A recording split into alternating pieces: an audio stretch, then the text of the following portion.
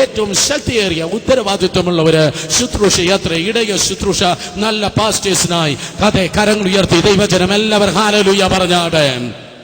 ഏതോ പാസ്റ്ററുടെ ലൂടെ ദൈവം നിന്നോട് സംസാരിച്ചത് കൊണ്ട്, ഏതോ പാസ്റ്റർ തൊട്ടപ്പോൾ ദൈവം നിന്നെ തൊട്ടത് കൊണ്ട്, ഏതോ പാസ്റ്ററുടെ സ്തോത്രം അതെ ശുശ്രൂഷ നിമിത്തം മാത്രമേ ഇന്ന് രാത്രിയിൽ നീയും ഞാനും ശവപ്പെട്ടിയിൽ കയറാതെ ദൈവസന്നിധിയിൽ ആയിരിക്കുന്നത്. കാരണം ഏതോ പുസ്തകം പറയുന്നു, എബ്രായർ 13:17 വായിക്കുമ്പോൾ സ്തോത്രം ദൈവത്തിന്റെ സാന്നിധ്യം വരെയും ദൈവസന്നിധിയിൽ നമ്മെ അതെ സ്തോത്രം നെടുവീർപ്പ് കൂടാതെ നമ്മെ കൈപിടിച്ച് നടത്തുന്നത് മാതാപിതാക്കളല്ല, സ്കൂൾ ടീച്ചേഴ്സ് അല്ല, പ്രൊഫസേഴ്സ് അല്ല, ദൈവം ആക്കി വച്ചിരിക്കുന്ന ദൈവ ദാസന്മാർ അത്രേ. അവർ നിന്റെ ദാസന്മാരല്ല. അവർ നിന്റെ ദാസന്മാരായെങ്കിൽ നീ പറയുന്നത് അവർ കേൾക്കുമായിരുന്നു. അവർ ദൈവ ദാസന്മാർ ആയിരിക്കുന്നത് കൊണ്ട് ദൈവം പറയുന്നത് എത്ര പേർ കേൾക്കുന്നത്, ഞാൻ പറയുന്നത് എത്ര പേർക്ക് മനസ്സിലായി?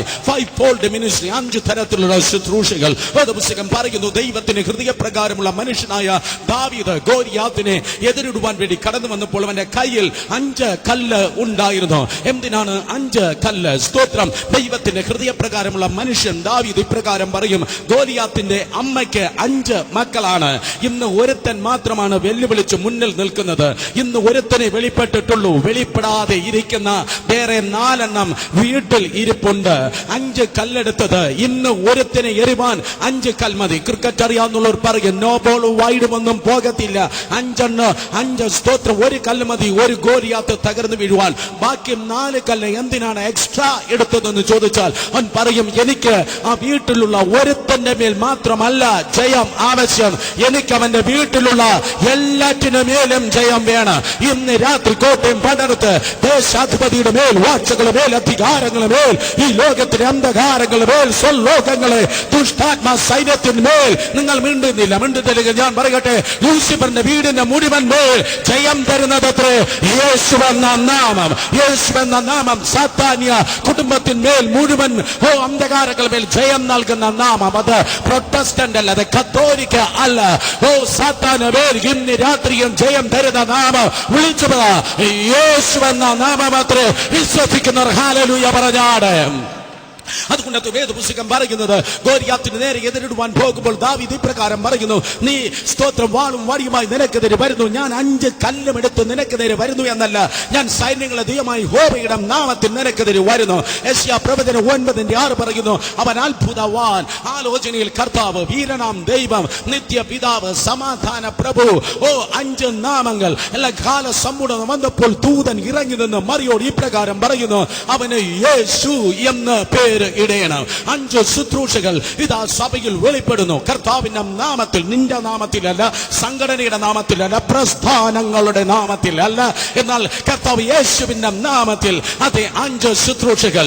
ഈ രാത്രി മനസ്സിലാക്കണമേ, നീ ആരാണെങ്കിലും, ഏത് സഭയിൽ നിന്ന് വന്നെങ്കിലും, ഏതൊരു പ്രവാചകൻ മാത്രമല്ല, ഇടയൻ മാത്രമല്ല, അപ്പോസ്തലൻ മാത്രമല്ല, പഞ്ചശുശ്രൂഷ എവിടെ ഏത് സഭയിൽ ഒരുമിച്ച് സമ്മേളിക്കുന്നു, ആ സഭ ഒരിക്കലും ശത്രുവിന് മേൽ സ്തോത്രം പതറുന്ന സഭയല്ല, ശത്രുവിനെ കണ്ട് പതറുന്ന സഭയല്ല. പഞ്ചശുശ്രൂഷ നിൽക്കുന്ന സഭ ശത്രുവിനെ ജയിച്ച് മുന്നേറുന്ന സഭയായിരിക്കും. ഹല്ലേലൂയ. വേദപുസ്തകം പറയുന്ന പഞ്ചശുശ്രൂഷയിൽ 4ാമത്തേത് ഇടയ ശുശ്രൂഷ. ഇടയ ശുശ്രൂഷ കേൾക്കുന്ന ഹാനകൾ ഉയർത്തി ഹല്ലേലൂയ പറഞ്ഞാട്ടെ. ഇന്ന് ഇടയന്മാരുണ്ട്. ഇടയന്മാരുടെ സ്തോത്രം പ്രത്യേകത എന്ന് വേദപുസ്തകം പറയുന്നു. 1ാമതായി ഇടിവിൽ നിൽക്കുന്നവനത്രേ ഇടയൻ. 1 ശമൂവേലിന്റെ പുസ്തകം 17-ാം അധ്യായം 34-35 വാക്യങ്ങൾ വായിക്കുമ്പോൾ ഇതാ ഗോലിയാത്ത് വെല്ലുവിളിച്ച് നിൽക്കുകയാണ്. ഗോലിയാത്ത് വെല്ലുവിളിച്ച് നിൽക്കുന്നതായ ആ പ്രത്യേക സമയത്ത് സ്തോത്രം ഒരു കമ്പനിയിൽ നീയും ഞാനും ജോലിക്ക് വേണ്ടി പോകുമ്പോൾ എന്റെ CEO, എന്റെ മാനേജിംഗ് ഡയറക്ടർ, എന്റെ ഉടമസ്ഥൻ ചോദിക്കുന്നു, എനിക്ക് എന്താണ് എക്സ്പീരിയൻസ് ഉള്ളത്? ഇതാ ഒരുത്തൻ വന്നിരിക്കുന്നു, അവന് ബാലനാണ്, അവന്റെ സ്തോത്രം, അവന്റെ കയ്യിൽ വലിയ ആയുധങ്ങളുമില്ല, ഉള്ളത് കവണിയാണ്. രാജാവ് ചോദിച്ചു, സ്തോത്രം അതെ നിനക്ക് ഈ മല്ലനായ ഗോലിയാത്തിനെ വീഴ്ത്തുവാൻ എന്താണ് എക്സ്പീരിയൻസ് ഉള്ളത്? ദൈവത്തിന്റെ സ്തോത്രം അഭിഷിക്തനായ ബാലനായ ദാവീദ് ഇപ്രകാരം പറയുന്നു, കഴിഞ്ഞ നാളിൽ ഒരു ദിവസം ഞാൻ അപ്പന്റെ ആടുകളെ മേച്ചുകൊണ്ട് കാട്ടിലൂടെ നടക്കുമ്പോൾ ഒരിക്കൽ ഒരു കരടിയും പിന്നെ ഒരിക്കൽ സിംഹവും എന്റെ നേരെ വന്നു. സ്തോത്രം, ഒരിക്കൽ ഒരു കരടിയും ഒരിക്കൽ ഒരു സിംഹവും എന്റെ നേരെ വന്നു. എന്നാൽ സ്തോത്രം അതെ അവ എന്നെ കടിച്ചില്ല, അവരെന്നെ കീറിയില്ല, അവരെന്നെ വിഴുങ്ങിയില്ല. എന്നാൽ പകരം ദൈവത്തിന്റെ ആത്മാവിന്റെ ശക്തിയാൽ എന്നാൽ ഞാൻ അതിനെ അടിച്ച് അതിനെ കൊന്ന് കളഞ്ഞ്. സ്തോത്രം. ദാവീദ് അതിന് മുൻപ് പറയുന്ന ഒരു പദപ്രയോഗമുണ്ട്. അപ്പന്റെ ആടുകളിൽ ഒന്നിന് വന്ന് കരടി ഇതാ പിടിച്ചു. സ്തോത്രം. സിംഹവും വന്ന് അതുപോലെ അപ്പന്റെ ആടിൽ ഒന്നിനെ പിടിച്ചു. എന്നാൽ സ്തോത്രം 99 ഉണ്ടല്ലോ, ഒന്ന് പോകട്ടെ എന്ന് പറഞ്ഞ് ഞാൻ മിണ്ടാതിരുന്നത് ഇല്ല. ആ കരടിക്കും ആ ആടിനും ഇടയിൽ ഞാൻ നിന്നു. ആ സിംഹത്തിനും ആ ആടിനും ഇടയിൽ ഞാൻ നിന്നു. ഒരവസരം മാത്രമല്ല, എല്ലാ അവസരങ്ങളിലും നല്ല ഇടയന്റെ ഹൃദയമത്രേ ഞാൻ പറയുന്നത്. ഒരു ഞായറാഴ്ച മാത്രമല്ല, എല്ലാ ഞായറാഴ്ചയും. ഒരു ഉപവാസത്തിന് മാത്രമല്ല, എല്ലാ ഉപവാസത്തിലും. ഒരാത്മാവിന് വേണ്ടിയല്ല, നിന്റെ കണ്ണിൻ മുൻപിലൂടെ ദൈവം കടത്തിവിടുന്ന സകല ആത്മാക്കൾക്ക് വേണ്ടി ഇടിവിൽ നിൽക്കുന്നവനത്രേ നല്ല ഇടയൻ. മനസ്സിലായോ? രാമേൻ പറ. ഇടിവിൽ നിൽക്കുന്നവനാണ് ഇടയൻ. ഇടി ഉണ്ടാക്കുന്നവനല്ല ഇടയൻ. പിന്നെയോ ഇടിവിൽ നിൽക്കുന്നവനത്രേ ഇടയൻ. ആടുകളെ ചിഹ്നിപ്പിക്കുന്നവന്റെ പേര് ചെന്ന എന്ന് ഇന്ന് രാത്രി സങ്കോചമില്ലാതെ വിളിച്ചു പറയട്ടെ. പക്ഷേ ആത്മാക്കൾക്ക് വേണ്ടി ഇടിവിൽ നിൽക്കുന്നവനത്രയും നല്ല ഇടയൻ. അടുത്തിരിക്കുന്നവർക്ക് കൈ കൊടുത്ത് പറ, ഇടിവിൽ നിൽക്കുന്നവൻ. പറഞ്ഞാട്ടെ, ഇടിവിൽ നിൽക്കുന്നവൻ. വിശ്വാസികളെ തമ്മിലടിപ്പിക്കുന്നവനല്ല, പിന്നെയോ ഇടിവിൽ നിൽക്കുന്നവൻ. ഇടിയുണ്ടാക്കുന്നവനല്ല. സ്തോത്രം. പിന്നെയോ ഇടിവിൽ നിൽക്കുന്നവൻ അത്രേ നല്ല ഇടയൻ. സ്തോത്രം. വേദപുസ്തകത്തിലൂടെ നിങ്ങൾക്ക് കാണുവാൻ തക്കുന്ന കാര്യം, ദൈവമാക്കി വെച്ച സകല ലീഡേഴ്സും തിരു മുൻപാകെ ദൈവസന്നിധിയിൽ ഇടിവിൽ നിന്നു. 106 സങ്കീർത്തനം 23 വാക്യത്തിൽ മോശ ഇതാ ദൈവത്തിന്റെ സന്നിധിയിൽ 20 ലക്ഷം ജനം 10 വിളിക്കുമ്പോൾ 100 അങ്ങോട്ട്, 100 ഇങ്ങോട്ട് ക്ഷണിക്കുമ്പോൾ 10,000 അങ്ങോട്ട്. സ്തോത്രം. എന്നാൽ വിക്കനായ മോശ ദൈവത്തിന്റെ സന്നിധിയിൽ ഇടിവിൽ നിന്ന് അവൻ ദൈവസന്നിധി നിലവിളിച്ചു. എന്റെ ബൈബിൾ ഇപ്രകാരം പറയുന്നു, മോശ ദൈവത്തിന്റെ സന്നിധിയിൽ ഇടിവിൽ നിൽക്കാതിരുന്നെങ്കിൽ ആ ജനത്തെ മുഴുവൻ ദൈവം തകർത്ത് കളഞ്ഞേനെ. എന്നാൽ സ്തോത്രം, ആ ജനത്തിന്റെ മിടുക്ക് കൊണ്ടല്ല അവർ മുന്നോട്ട് പോയത്. ആരോ അവർക്ക് വേണ്ടി മറവിടത്തിൽ കരയുന്നുണ്ടായിരുന്നു. ഇന്ന് രാത്രി കോട്ടയത്തുള്ള ദൈവപൈതലെ നീ മനസ്സിലാക്കണം, ആരോ നിനക്ക് വേണ്ടി കരയുന്നുണ്ട്. നിന്റെ മസിൽ പവർ കൊണ്ടല്ല, നിന്റെ ബ്രെയിൻ സ്കില്ല് കൊണ്ടല്ല, നിന്റെ പണം കൊണ്ടല്ല, പേരിന്റെ കൂടെ എഴുതിയിരിക്കുന്ന ഏതോ ഡിഗ്രി കൊണ്ടല്ല. പ്രത്യുത ആരോ നിനക്ക് വേണ്ടി കരയുന്നുണ്ട്. അതുകൊണ്ട് അത്ര ഇന്ന് രാത്രിയിലെ ശവപ്പെട്ടിയിൽ കയറാതെ ദൈവ കൃപയിൽ ജീവനുള്ള ദൈവത്തെ സ്തുതിപ്പാൻ ഈ ഭൂപരപ്പിൽ നീ ആയിരിക്കുന്നത്. മോശ ജനത്തിന് വേണ്ടി ഇടിവിൽ നിന്ന് കരഞ്ഞ്.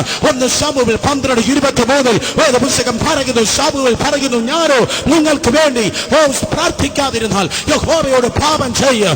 ദൈവദാസന്മാരെ, ദൈവമക്കളെ, പ്രാർത്ഥിക്കേണ്ട സമയത്ത് നീ പ്രാർത്ഥിക്കുന്നെങ്കിൽ ബൈബിൾ പറയുന്നു അത് പാപം ചെയ്യുന്നു എന്ന്. 1 രാജാക്കന്മാർ 18:38 മുതൽ 43 വരെ മുഴങ്കാലുകളുടെ ഇടയിൽ തലതിരികെ വെച്ച് പ്രാർത്ഥിച്ച സ്വഭാവക്കാരനത്രേ ഏലിയാവ്. 2 രാജാക്കന്മാർ 8:11 ഒരു സ്ത്രീ ലജ്ജ തോന്നുമാറ് നിലവിളിക്കുന്നത് പോലെ ലജ്ജ തോന്നുമാറ് നിലവിളിച്ച് കരഞ്ഞവനത്രേ എലീശ. ശമൂവേൽ, മോശ, ഏലിയാവ്, എലീശ. ആ ലിസ്റ്റ് അങ്ങനെ നീണ്ടു പോകുന്നു. സ്തോത്രം. അത് ഇടിവിൽ നിന്ന് കരഞ്ഞവർ ഇന്ന് രാത്രിയിലെ 2009 ഈ ഫെബ്രുവരി അവസാന ദിവസത്തിൽ പരിശുദ്ധാത്മാവിൽ ഞാൻ സഭയെ നോക്കി പറയട്ടെ, സഭയ്ക്ക് ആവശ്യം അമേരിക്ക ഡോളറല്ല, ഒട്ടുപിടുത്തമല്ല, ചാക്കിട്ടുപിടുത്തമല്ല, ലോബിയല്ല. സഭയ്ക്ക് ആവശ്യം ദൈവത്തിന്റെ സന്നിധിയിൽ കരയുന്ന കർത്താവിന്റെ മുൻപിൽ കരയുന്ന ഒരു കൂട്ടം ദൈവമാക്കൾ, ദൈവദാസന്മാർ ആവശ്യം. കരയിപ്പിക്കുന്നവർ ഒത്തിരി പേരുണ്ട്. വാക്കുകൊണ്ടും പ്രവൃത്തി കൊണ്ടും പേന കൊണ്ടും മഞ്ഞപത്രം കൊണ്ട് കരയിപ്പിക്കുന്ന കിങ്കരന്മാരുണ്ടെങ്കിൽ ഈ രാത്രി കേൾക്കൂ. സ്തോത്രം. അതെ, കരയിപ്പിക്കുന്നവരല്ല, ദൈവത്തിന് മുൻപിൽ കരയുന്നവരത്രേ ദൈവസഭയ്ക്ക് ആവശ്യം. ഈ രാത്രി കരയുന്ന ആരെങ്കിലും ഉണ്ടോ? വിഷയങ്ങൾക്ക് വേണ്ടി, മക്കൾക്ക് വേണ്ടി, ജനിച്ച കാര്യങ്ങൾക്ക് വേണ്ടി, ജനിക്കാത്ത വിഷയങ്ങൾക്ക് വേണ്ടി, ദൈവത്തിന് മുൻപിൽ കണ്ടതിന് കാണാത്തിന് വേണ്ടി ദൈവത്തിന് മുൻപിൽ നീ കരയുന്നവനാണെങ്കിൽ 100% ഗ്യാരണ്ടിയോടെ ഞാൻ പറയുന്നു, ദൈവത്തിന് മുൻപിൽ കരയുന്ന നീ മനുഷ്യന്റെ മുൻപിൽ കരയേണ്ട ഗതികേട് ദൈവം ഒരിക്കലും വരുത്തുകയില്ല.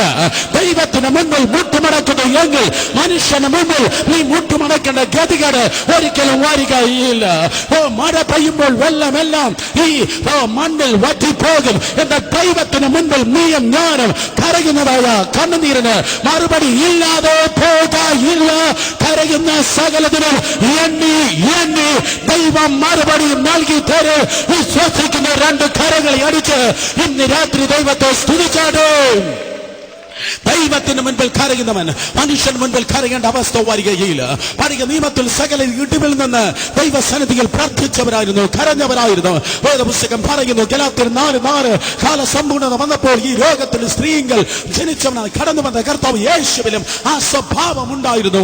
എബ്രായർ 5:7 പറയുന്നു, oh with a vehement cry and with a loud voice, ഉറച്ച നിലവിളിയോട് കണ്ണുനീരോടും കൂടെ തന്റെ ഐഹിക ജീവിതകാലത്ത് യേശു കർത്താവ് പ്രാർത്ഥിച്ചു. അത്രേ, അത് ഇന്നും ഇന്നലെയും തുടങ്ങിയതല്ല. ലോകത്തിൽ 31 രാജ്യങ്ങൾ ഞങ്ങൾ കടന്നുപോയി ശുശ്രൂഷിക്കുന്നു. അത് സൗത്ത് അമേരിക്ക എങ്കിൽ, വടക്കേ അമേരിക്ക എങ്കിൽ, യൂറോപ്പ് എങ്കിലും, ആഫ്രിക്ക എങ്കിലും, ഫാർ ഈസ്റ്റ് എങ്കിലും, ലോകത്തിൽ എവിടെ കടന്നുപോയാലും അനേകർ വന്ന് ഇപ്രകാരം പറയാനുണ്ട്, ബ്രദർ ഞങ്ങൾ നിങ്ങൾക്ക് വേണ്ടി പ്രാർത്ഥിക്കുന്നു. ഡെയിലി 1,00,000 രൂപ തരുന്നതിനേക്കാൾ എത്രയോ വലുതത്രേ ഞങ്ങൾ ഓർത്ത് ദൈവത്തിന്റെ സന്നിധിയിൽ നിങ്ങൾ പ്രാർത്ഥിക്കുന്നുവെങ്കിൽ ഹലോ, ഞങ്ങൾ ഓർത്ത് നിങ്ങൾ പ്രാർത്ഥിക്കുന്നുവെങ്കിൽ അത് എത്രയോ നല്ലത് അത്രേ.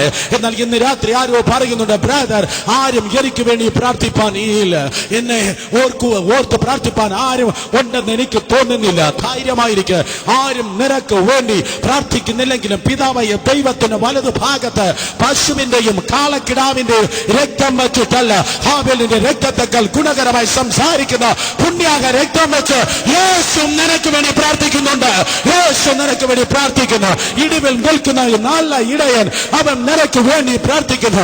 ഇത് ഇന്നും ഇന്നലെ തുടങ്ങിയതല്ല. 2000 വർഷങ്ങൾക്ക് മുമ്പ് വ്യാഴാഴ്ച അർദ്ധരാത്രിയോട് അടുത്തതായ സമയത്ത് തിരുവചനം പറയുന്നു, സ്തോത്രം, ഗദശമന തോട്ടത്തിൽ യേശു കർത്താവ് നടന്ന് കയറി. യോഹന്നാൻ 18:4 പറയുന്നു, യേശു കർത്താവ് വല്ലപ്പോഴും കയറി ഇറങ്ങുവാൻ ഒരു ഗദശമന ഉണ്ടായിരുന്നു. ഇന്ന് രാത്രി നിങ്ങളൊരു അപ്പോസ്തലനായിരിക്കാം, നീ ഒരു പ്രവാചകനായിരിക്കാം, നീ ഒരു വിശ്വാസിയായിരിക്കാം. വിശ്വാസത്തിന്റെ നായകനും പൂർത്തിവരുത്തുന്നതുമായ യേശുവിന് ഒരു ഗദശമന തോട്ടം ഉണ്ടായിരുന്നു എങ്കിൽ ശാസിച്ചാലും ഫലിച്ചാലും പോകാത്ത ഇടക്കിടക്ക് നമ്മൾ കയറി ഇറങ്ങുന്ന ഒരു ഗദശമന തോട്ടം വല്ലപ്പോഴും ഉണ്ട്. എന്നാൽ ഗദശമന എന്ന വാക്കിന് അർത്ഥം എണ്ണ ചക്ക എന്നത്രേ. അതിനെക്കുറിച്ച് പ്രസംഗിപ്പാൻ ഭയങ്കര എളുപ്പമാ കേട്ടോ, അതിനെക്കുറിച്ച് കേൾക്കാനും ഭയങ്കര നല്ലതാ കേട്ടോ. എന്നാൽ ആ തീയിലൂടെ വെള്ളത്തിലൂടെ പോകാൻ വളരെ കഠിനമാ കേട്ടോ. എന്നാൽ ധൈര്യമായിരിക്കും, നീ തീയിലൂടെ പോകുമ്പോൾ, നീ വെള്ളത്തിലൂടെ പോകുമ്പോൾ നീ ഒറ്റയ്ക്കല്ല പോകുന്നത്. യഹോവ ശമ്മാ ഇമ്മാനുവേൽ, നിന്റെ തീയിൽ, നിന്റെ ഗദശമനയിൽ അവർ ഇറങ്ങി നിൽക്കും.